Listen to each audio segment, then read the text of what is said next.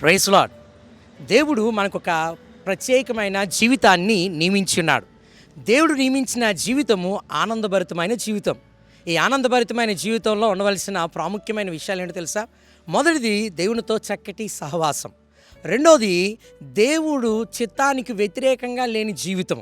మూడోది పరిశుద్ధమైన జీవితం. నాలుగోది పాపాన్ని జయించే జీవితం. ఇలాంటి జయ జీవితం కావాలని, లేదంటే ఆనందభరితమైన జీవితం కావాలని దేవుడు మనందరికీ నియమించున్నాడు. అందుకనే అపోస్తలుడైన పౌలు రోమీయులకు రాసిన పత్రిక 7వ అధ్యాయంలో నేను కొన్ని రకాలుగా జీవించాలని ఆశపడతా ఉన్నాను, కానీ నేను జీవించలేకపోతున్నాను. ఏదో నియమం నాలో పని చేయుచున్నది, ఆ నియమం నాకు తెలియటం లేదు. నేను మంచి చేయగోరుతూ ఉన్నాను, కానీ అది చివరికి చెడుగా మారిపోతూ ఉంది. దీని నుండి నన్ను ఎవరు రక్షించగలరు, ఎవరు తప్పించగలరు అని 7:21లో మాట్లాడుతూ ఉన్నాడు. దేవుడు నియమించిన జీవితము ఆనందభరితమైన జీవితము, జయ జీవితము. ఆ జీవితం జీవించాలంటే మరి మనం ఏం చేయాలి? మనం ఏం చేయాలో తెలుసా?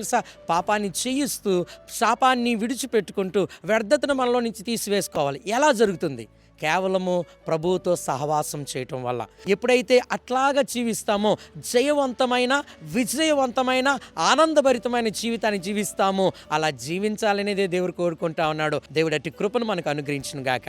God bless you.